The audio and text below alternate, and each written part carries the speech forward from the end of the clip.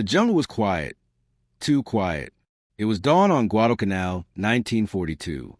The air hung heavy with heat and tension. A Japanese officer crouched behind a fallen palm, breathing hard, mud caked to his boots. He raised a sidearm, a Type 14 Nambu pistol, aimed at the shadows and fired. Click. Nothing. The officer froze, eyes wide. He tried again. Another click. Across the clearing, a U.S. Marine stepped into view. His uniform was torn, his face streaked with grime. In his hand was a weapon that gleamed dull and black, the M1911 a 1.45 caliber pistol. He fired once. The gun barked, deep and thunderous. A single flash, a puff of smoke. The officer collapsed, his Nambu falling uselessly into the dirt. Within days, the story spread through the Imperial ranks. The American pistol, they whispered, kills with one shot. But the truth was more than rumor. The M1911 wasn't just another weapon. It was an idea. A century-old design that embodied American engineering, battlefield psychology, and sheer mechanical perfection. This is a story of how one pistol redefined close combat, how it humbled Japan's proudest engineers, and how it became the sidearm that soldiers swore by and enemies feared. Because on the battlefield, click means death, and the M1911 never clicked. The story of the M1911 doesn't begin in glory. It begins in failure. At the dawn of the 20th century, the United States military faced a humiliating truth. Its sidearms weren't stopping the enemy.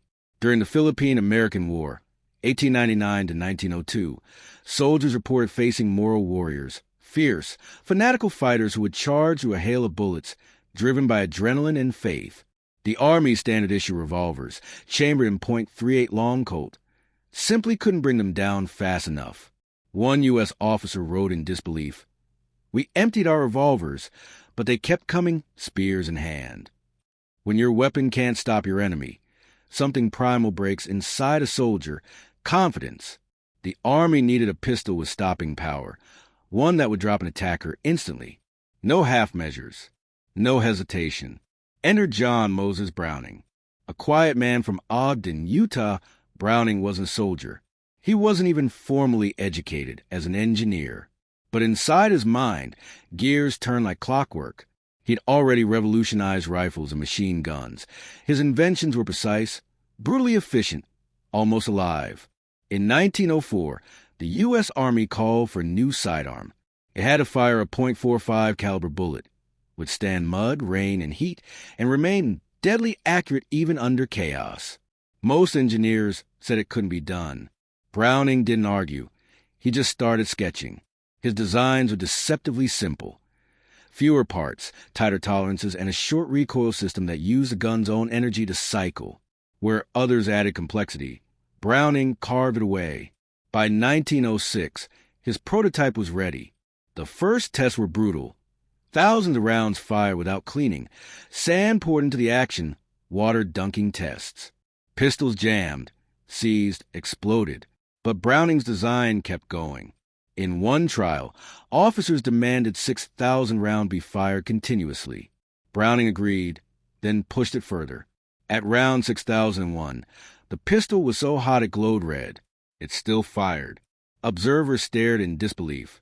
The test officer, drenched in sweat, turned to the board and said, "Gentlemen, this weapon has no equal." By 1911, the U.S. Army had seen enough. The new .45 caliber automatic pistol was adopted as the Model 1911, and with that, a legend was born. But its true power wasn't just in its metal. It was in its psychology. Soldiers trusted it.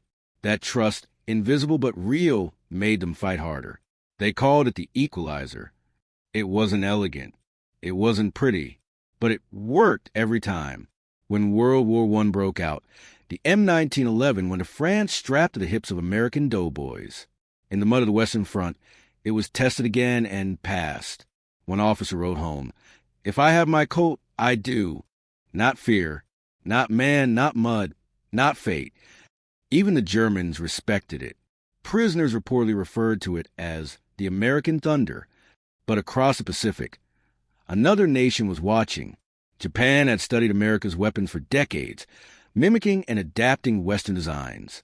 They respected Browning's genius and resented it. They believed they could do better. Under Captain Kajiro Nambu, Japan began developing its own national sidearm, a pistol that would embody imperial craftsmanship and prove that Japanese engineering could match the West. It would be elegant, lightweight, distinctly Japanese. But in the quest for pride, they forgot about performance. And when that pistol finally faced Browning's .45, it would expose a hard truth. Confidence without reliability is suicide.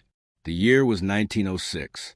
The smoke of the Philippine campaign had barely cleared, and the U.S. Army was desperate for a new sidearm.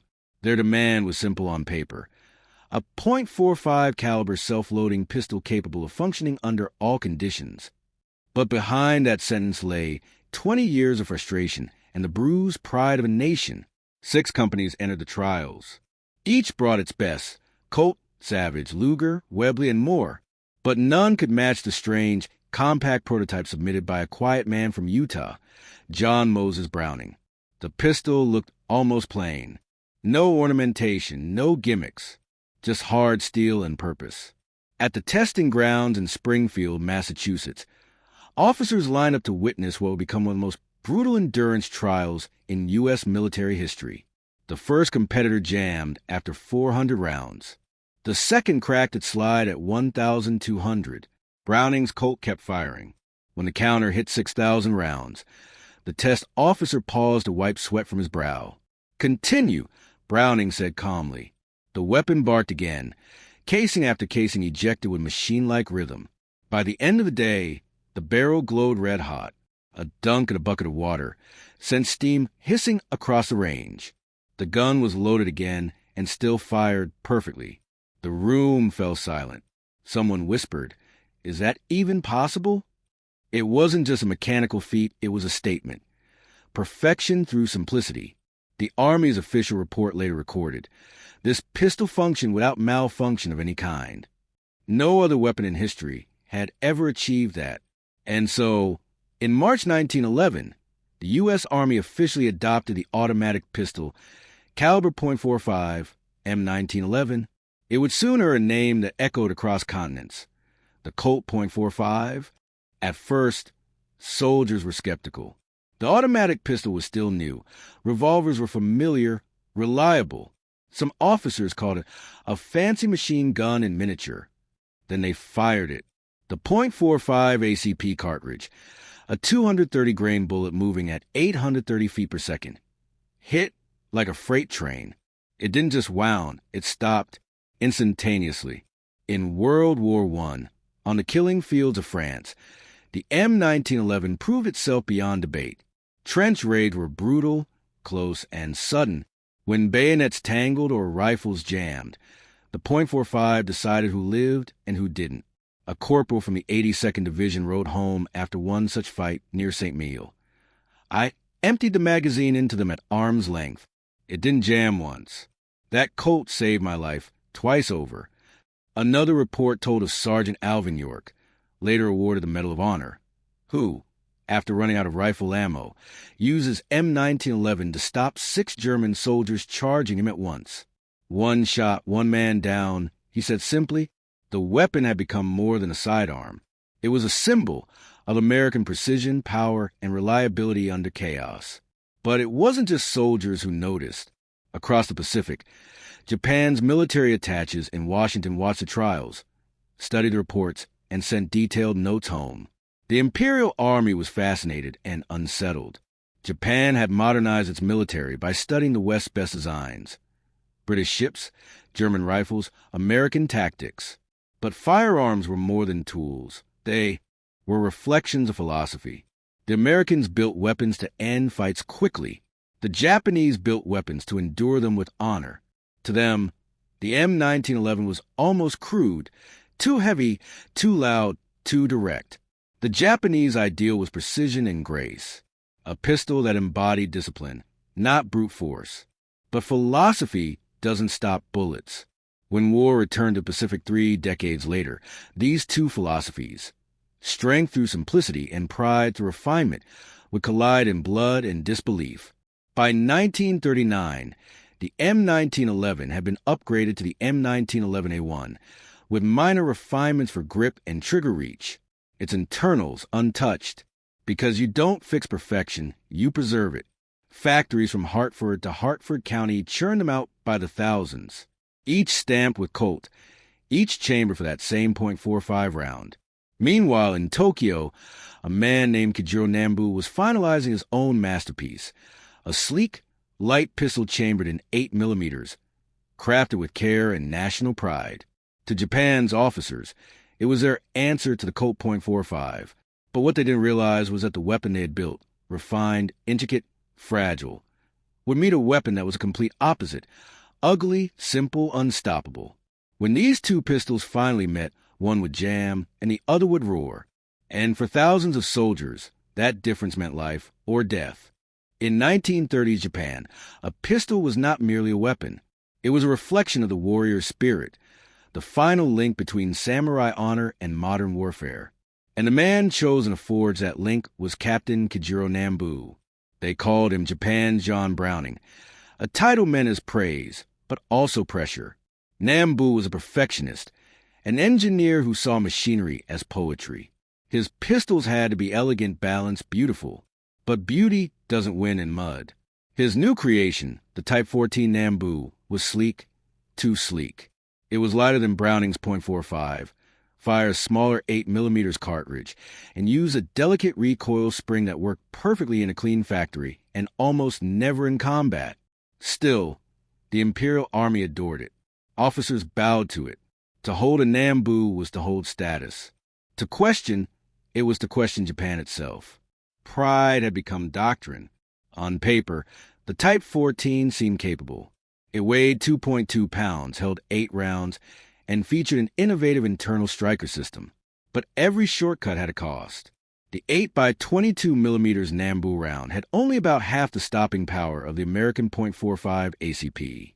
It could wound a man, but rarely stop him. Worse, its exposed firing pin design meant a single grain of sand could jam the mechanism. The safety lever sat awkwardly at the rear, nearly impossible to engage under stress. And the trigger guard was so small that soldiers in Manchuria had to take off their gloves just to fire in winter. Marines would later mock it as the jam gun. But to the Japanese officer corps, that mockery would have sounded blasphemous. Nambu's pistol was honorable. Browning's Colt, they said, was barbaric, too large, too heavy, too crude for a civilized army. So when World War II ignited across the Pacific, Japanese officers carried their Nambus into battle with pride and blind faith. That faith met reality on Guadalcanal. The jungle, there was not a battlefield. It was a living, breathing predator. Mud swallowed boots. Humidity rusted metal overnight. Weapons sweated oil into the soil. In that heat, the Nambu's precision became its weakness. Springs softened. Ammo corroded. The finely tuned internals gummed up. American pistols, the M1911S, were the opposite. They were built for abuse. Drop one in mud, rinse it in canteen water, rack the slide. It would still fire. On the front lines, soldiers saw the difference instantly. A Marine corporal named John Miller recalled an encounter on Guadalcanal. We were pinned by a sniper. He came running at us, pistol in hand. We heard a click, then nothing. My buddy fired once with his .45. That was that. Stories like that spread quickly, first as rumors, then as warnings. Japanese troops began scavenging captured M1911S, calling them American Thunder. Some officers ordered their men to destroy any Nambus found on the field to prevent shame. By late 1943, even Japanese engineers knew the truth. Reports circulated quietly through the Imperial arsenal. Field failures increasing due to climate and ammunition defects. But no one dared challenge the Army's pride. One officer reportedly said, "We will not replace the pistol of the Emperor's soldiers because of foreign mud." And so, soldiers kept dying with jammed pistols in their hands. Casualties not only of war, but of arrogance. Meanwhile, across the Pacific, the M1911A1 was being refined again. The grips adjusted for better recoil control. The triggers shortened. The hammer reprofiled. Each improvement made it meaner, simpler, more unstoppable. By 1944, it was the weapon every American officer wanted. Marines, paratroopers, tank crews all carried it. Some men even slept with it under their helmets. In contrast, Japanese soldiers learned to rely on their rifles and bayonets, often leaving the Nambu behind entirely. Many joke bitterly that it was a pistol that kills honor before it kills the enemy. The contrast couldn't have been sharper. One nation's genius built a weapon for practical survival, the other for philosophical perfection. But war is not philosophy. It's function. And the Type 14 was about to face its reckoning. Because soon in the hellscapes of Saipan and Iwo Jima, pistols would no longer be ornaments of rank. They'd be the last sound a soldier ever heard. And when that moment came, the Nambu would click and the Colt would fire. The jungles of the Pacific were not kind to men or their machines. Mud thick as oil, rain that rusted rifles overnight. The air itself felt like it could kill you. In that chaos, a pistol wasn't a backup weapon. It was a lifeline. By 1944, battles like Saipan, Tarawa, and Iwo Jima turned the Pacific Islands into meat grinders. Warfare here wasn't fought over miles. It was fought over yards. In side tunnels, in trenches, in caves so tight that rifle barrels were useless. The fight often came down to a single pull of a trigger. And in those moments, the difference between two nations' philosophies could be heard in two sounds, click and bang. On the island of Saipan, Marine Sergeant Daniel Hughes led a small squad through a maze of coral and ash. They stumbled into a Japanese bunker unexpectedly. A pistol flashed, then jammed. Hughes fired his M1911A1 once. The .45 round hit, so hard that the Japanese officer dropped instantly. When Hughes recovered the weapon, he turned it over in his hands. A Type 14 Nambu. Clean, well-maintained. But a single grain of coral dust had locked the striker pin. He wiped it off and tried again. Click. Still nothing. Hughes shook his head and muttered, "You poor bastards trusted this thing." That quote appeared later in his unit's debrief report, and it summed up the Pacific War's small, brutal truth. The Nambu's design flaw was more than mechanical. It was psychological. Weapons shape confidence, and confidence shapes courage. The Marines carried the M1911 like a promise. They'd seen it fire through mud, salt, and sand.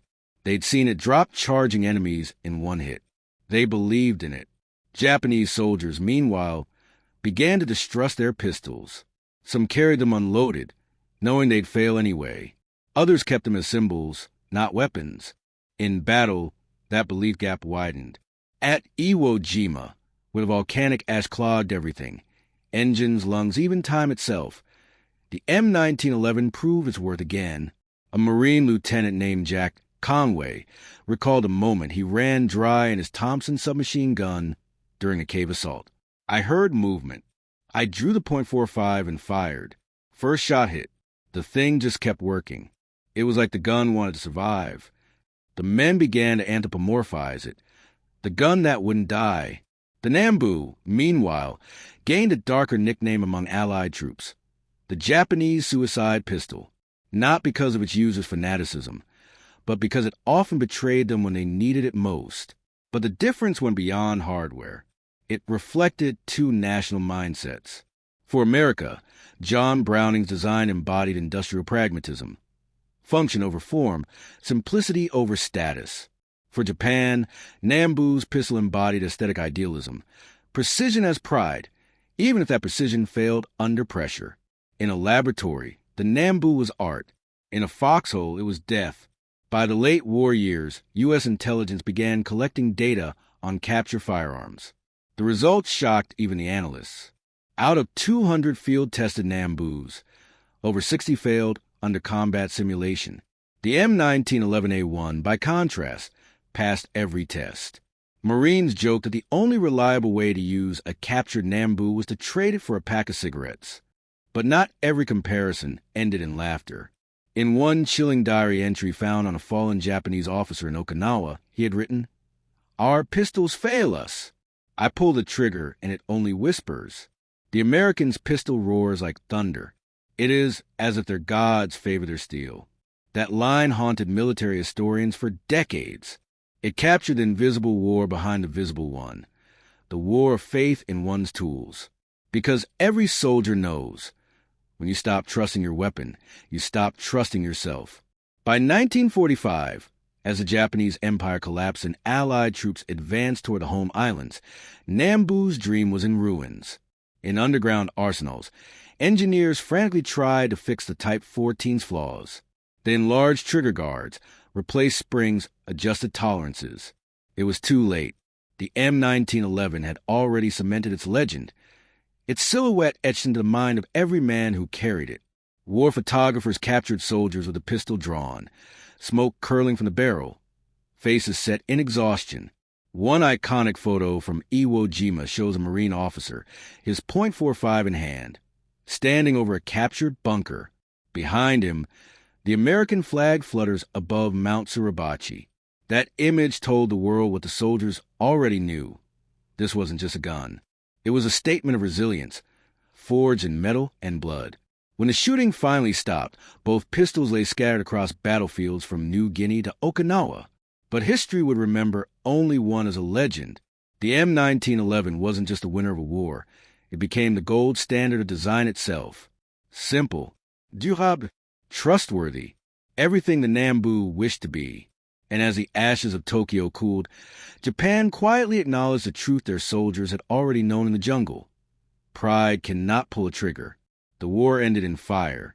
Cities burned, empires fell, and the world rebuilt from ash. But one weapon refused to fade with it. The M1911 came home from the Pacific in battered holsters and blood-stained leather. It had fired in the mud of the Solomons, the caves of Okinawa, the decks of carriers, and it still worked.